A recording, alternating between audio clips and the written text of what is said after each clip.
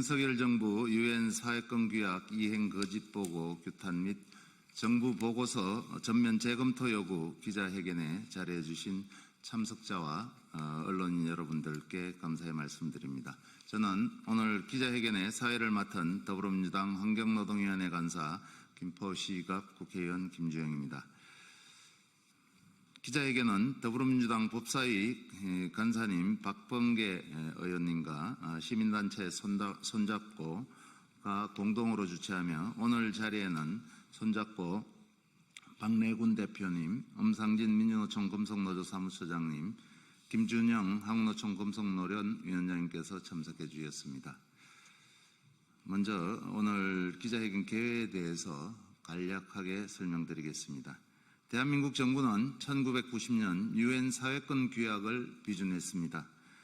노동, 경제, 사회 등 전 분야를 망라하는 사회권 규약은 노동권, 노동조합권 등을 다루는 국제협약으로 당사국은 8년 주기로 규약 이행과 관련한 정부 보고서를 유엔 사회권위원회에 제출하고 있습니다.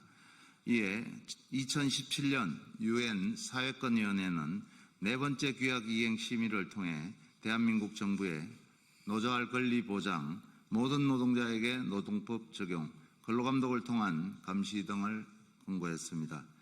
그러나 윤석열 정부는 보고서 제출 기간인 2022년 10월 31일보다 1년가량 늦게 제출하고 유엔 사회권위원회의 최종 견해에 대해 이행 여부를 담아내야 할 정부 보고서에는 현행법과 제도에 대한 존재만 나열할 뿐 실제 권고를 이행했는지에 관한 답변은 전무한 것으로 드러났습니다.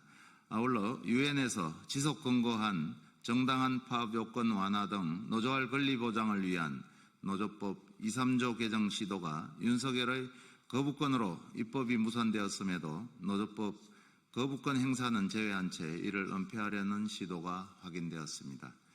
이에 노조법 2, 3조 거부권 행사 은폐 시도 등 윤석열 정부의 유엔 사회권 규약 이행 거짓 보고를 규탄하고 시민단체 손잡고로부터 정부 보고서 전면 재검토를 요청하는 의견서를 전달받도록 하겠습니다.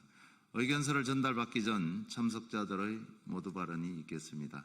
오늘 별도의 기자회견문은 없으며 발언은 박내군 손잡고 대표, 엄상진 금속노조 사무처장, 김준영 금속노련 위원장 순으로 진행을 하겠습니다.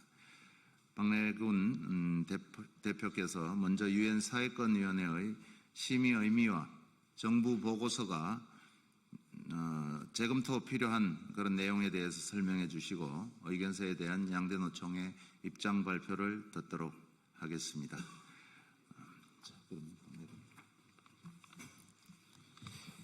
예, 손잡고 대표 박내군입니다.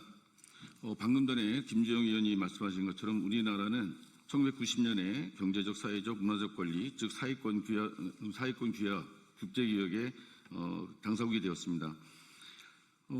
당사국인 대한민국은 2017년 10월 9일 유엔 사회권위원회로부터 네 번째 심의를 받았습니다. 이른바 최종견해라고 하는 권고를 받았는데요.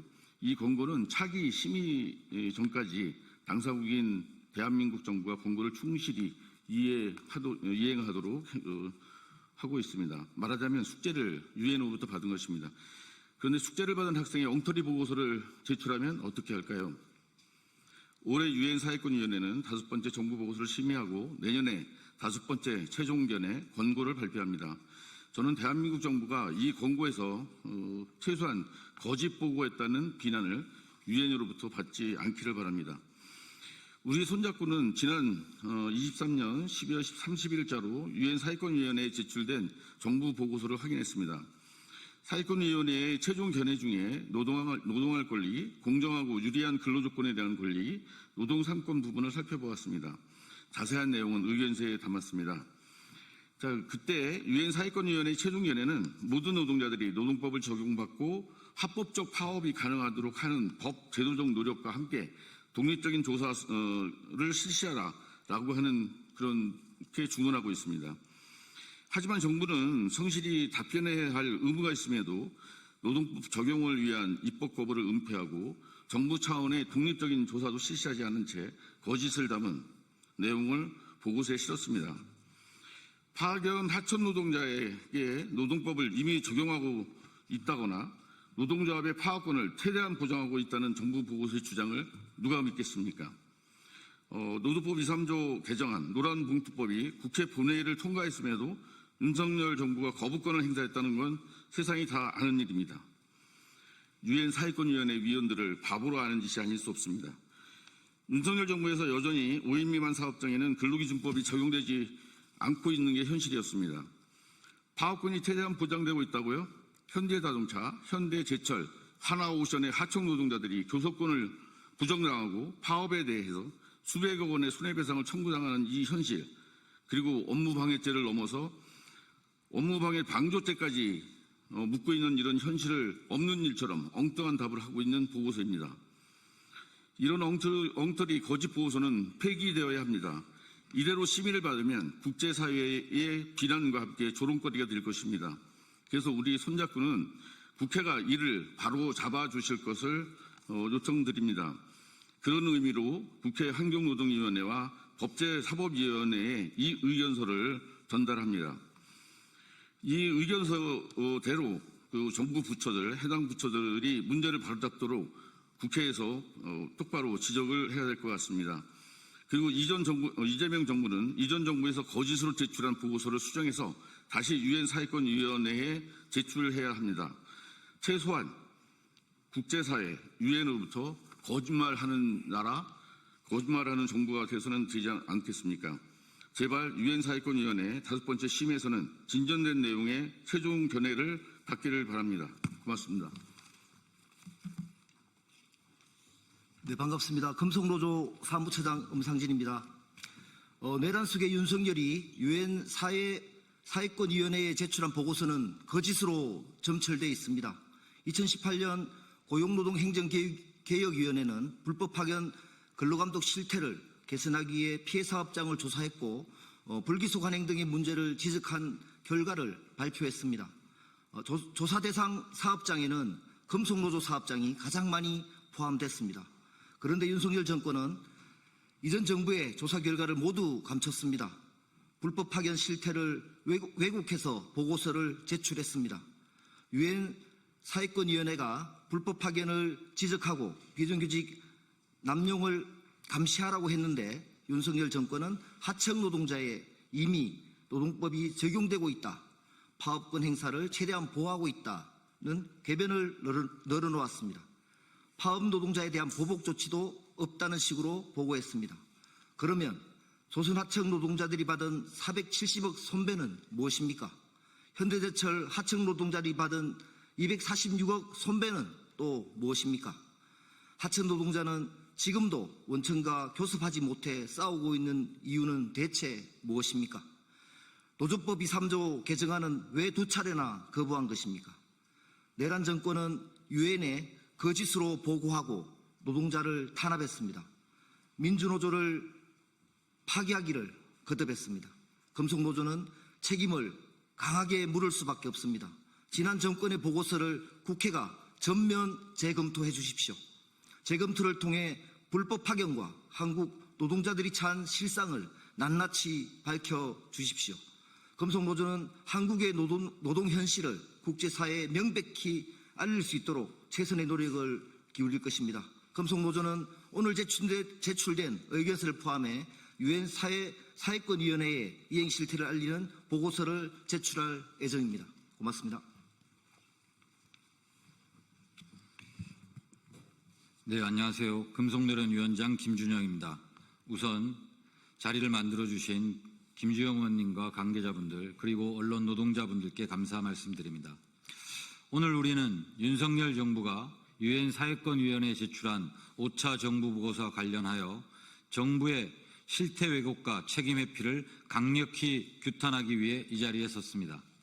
정부는 유엔 사회권위원회에 제출한 보고서에서 마치 우리나라의 노동권이 충분히 보장되고 있고 비정규직 문제나 파업권 문제에 있어 국제사회의 권고를 성실히 이행하고 있는 것처럼 포장했습니다. 그러나 이것은 사실과 다릅니다. 정부는 현행 제도와 법률의 존재만을 나열했을 뿐 실제로 사회권위원회의 공고가 이행되고 있는지에 대해서는 아무런 근거를 내놓지 못했습니다.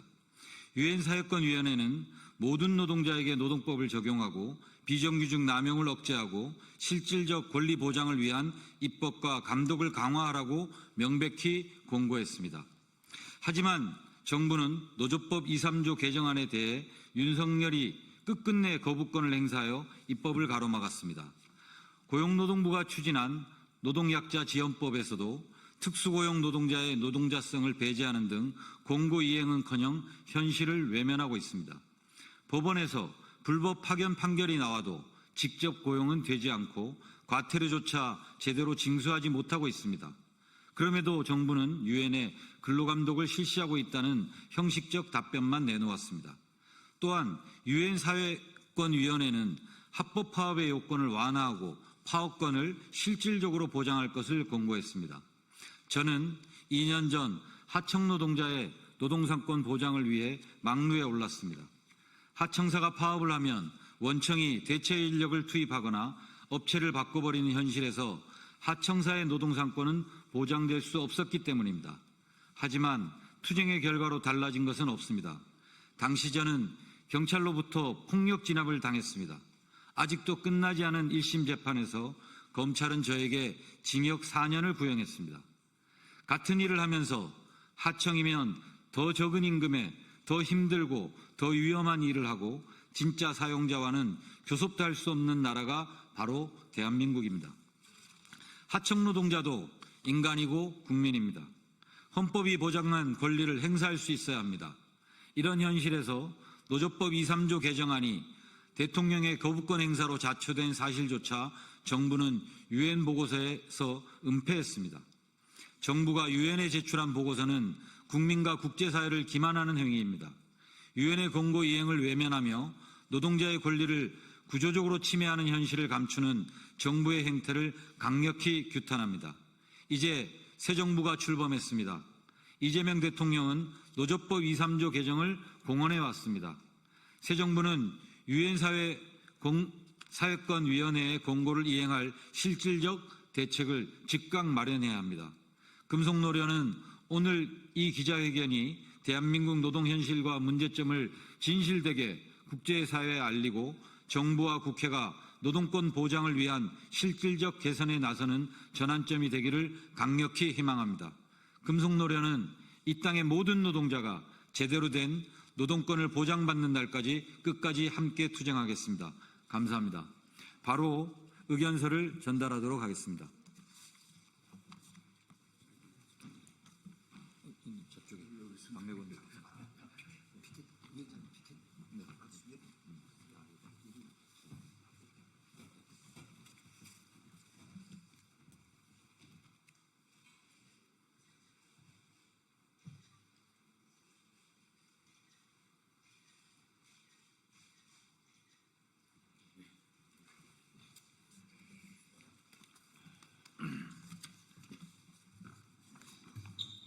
예, 지금 우리 이 손잡고와 금속노련, 금속노조에서 유엔 경제적, 사회적 및 문화적 권리에 관한 규약 제5차 국가보고서에 대한 재검토 요구서를 제게 제출을 하셨습니다. 이거는 제게 제출한 게 아니고 국회 환경노동위원회로 제출을 하셨습니다.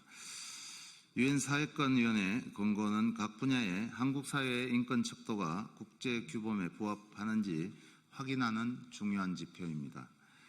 윤 정부의 거짓 보고서로 국제기구의 심의가 잘못 판단되어 대한민국의 노동권과 인권이 훼손되지 않도록 국회에서 소상히 들여다보고 바로잡도록 하겠습니다. 아울러 대한민국이 국제사회에서 노동 선진국으로서의 위상을 더욱 확고히 할 수 있도록 최선을 다하겠습니다. 이상으로 기자회견을 모두 마치겠습니다. 인사. 기자 여러분.